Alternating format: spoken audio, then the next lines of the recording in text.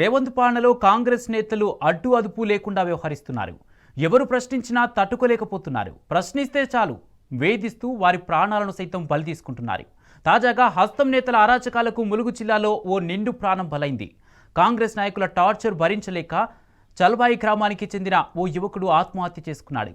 రమేష్ అనే యువకుడు ఇందిరమ్మ ఇళ్ల అక్రమాలపై కాంగ్రెస్ నేతలను ప్రశ్నించాడు. అర్హులకు ఇండ్లు ఎందుకు ఇవ్వడం లేదని నిలదీశాడు. దీంతో హస్తం నేతలు అతనిపై పగబట్టారు. అక్రమ కేసులు బనాయించారు. పలు సెక్షన్ల కింద కేసులు పెట్టి అతన్ని వేధించారు. రోజురోజుకు వేధింపులు మరింత తీవ్రం కావడంతో చివరకు ఆ యువకుడు ఆత్మహత్య చేసుకున్నాడు. కాంగ్రెస్ నేతలు తనపై అక్రమ కేసులు పెట్టి వేధిస్తున్నారని సూసైడ్ నోట్లో పేర్కొన్నాడు. రమేష్ ఆత్మహత్యతో చల్బాయి గ్రామంలో ఉద్రిక్త వాతావరణం నెలకొంది. కాంగ్రెస్ నేతలపై గ్రామస్తులంతా ఆగ్రహం వ్యక్తం చేశారు. మృతదేహంతో రహదారిపై ఆందోళన చేపట్టారు.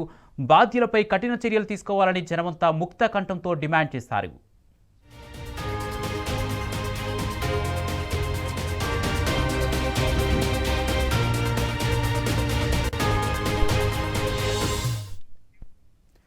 రేవంత్ పాలనలో కాంగ్రెస్ నేతలు అడ్డు అదుపు లేకుండా వ్యవహరిస్తున్నారు. ఎవరు ప్రశ్నించినా తట్టుకోలేకపోతున్నారు.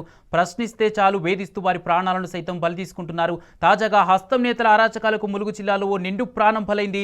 ఇదే అంశానికి సంబంధించి పూర్తి అప్డేట్స్ మా ప్రతినిధి రవికాంత్ అందిస్తారు. రవికాంత్, కాంగ్రెస్ నేతల బెదిరింపులకు తట్టుకోలేక ములుగు జిల్లా యువకుడు సూసైడ్ చేసుకున్నట్టుగా తెలుస్తుంది.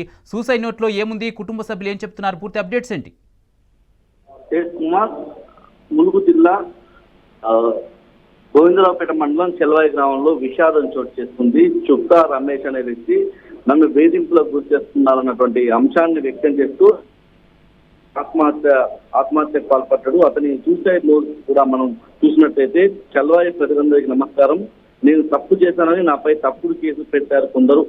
ఆ మనస్తాపంతోనే నేను చనిపోతున్నాను, నన్ను క్షమించండి అమ్మమ్మ చిన్నమ్మ అనే విధంగా అతను ప్రెస్ నోట్ అయితే ఏదైతే సూసైడ్ నోట్ అయితే అక్కడ కనిపిస్తా ఉంది. పూర్తి స్థాయిలో తనను కొద్ది రోజుల నుంచి ఇబ్బందులు పెడుతున్నారు.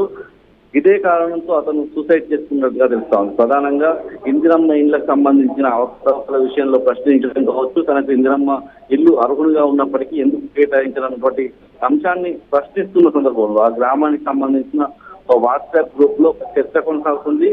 ఆ చర్చ ఇటీవలి కాలంలో పెద్దగా తయారైందన్నటువంటి అంశం ఆ ఊరి నుంచి మనకు తెలుస్తా ఉన్న సమాచారం. ఇందిరమ్మ ఇల్లు రాలేదని, ఒకవైపు ఇందిరమ్మ ఇళ్లకు సంబంధించి అర్హులకు అందించడం లేదనే విధంగా ప్రశ్నిస్తా ఉన్నాడు. అందుకు అనుగుణంగా పోస్టులు ఏదైతే వాట్సాప్ గ్రూపుల్లో చర్చ జరుగుతుంది. ఈ క్రమంలోనే అతని పైన ఒక కేసు నమోదైనట్టుగా తెలుస్తా ఉంది. అతని బంధువులు కూడా ఆ కేసు ఎవరు పెట్టారో, ఆ పిటిషన్ ఎవరు ఇచ్చారో కూడా మాకు చెప్పాలనే విధంగా ఆందోళనకైతే దిగిన సందర్భం. 23 ఏళ్ల యువకుడు తన గ్రామంలో జరుగుతున్నటువంటి అంశాల పట్ల చైతన్యవంతంతో గ్రూపుల్లో పోస్టు చేయడం, ఆ అంశానికి సంబంధించి బెదిరింపులకు పాల్పడినట్టుగా తెలుస్తా ఉంది. కొద్దిగా కాంగ్రెస్ సంబంధించిన నాయకులు బెదిరింపులకు పాల్పడుతూ తప్పుడు కేసులు నమోదు చేస్తున్నటువంటి ఆందోళనతో ఒక ఆత్మహత్యకు పాల్పడడం అయితే జరిగింది. నాపై తప్పుడు కేసులు పెట్టారు, మనస్తాపంతో చనిపోతున్నాను అనే విధంగా సూసైడ్ నోట్ కూడా అక్కడ కనిపిస్తా ఉంది. గ్రామానికి సంబంధించిన వాట్సాప్ గ్రూపుల్లోనే ఇటీవలి కాలంలో ఇందిరమ్మ ఇళ్లకు సంబంధించిన అవకతవకలపై చర్చ జరుగుతుంది. 2 నెలల నుంచి కూడా ఈ చర్చ అంతా కొనసాగుతున్న క్రమం కనిపిస్తా ఉంది.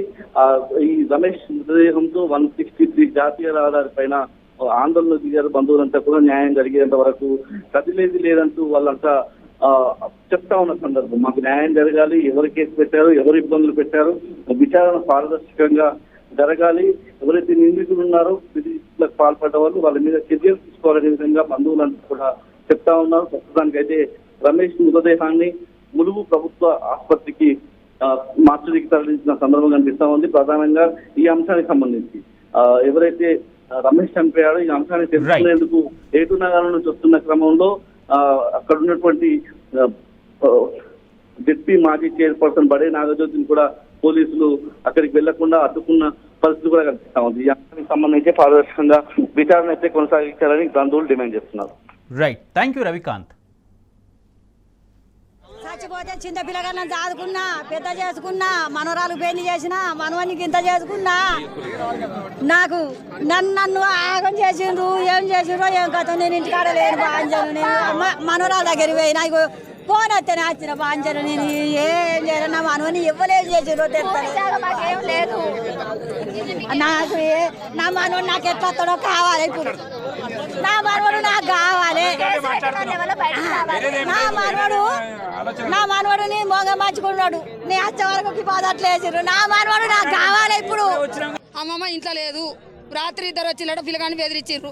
వానికి ఇల్లు లేదా అని ఇల్లు కావాలని అన్నాడు కావచ్చు. 2 మాటలు అన్నాడో 4 అన్నాడో.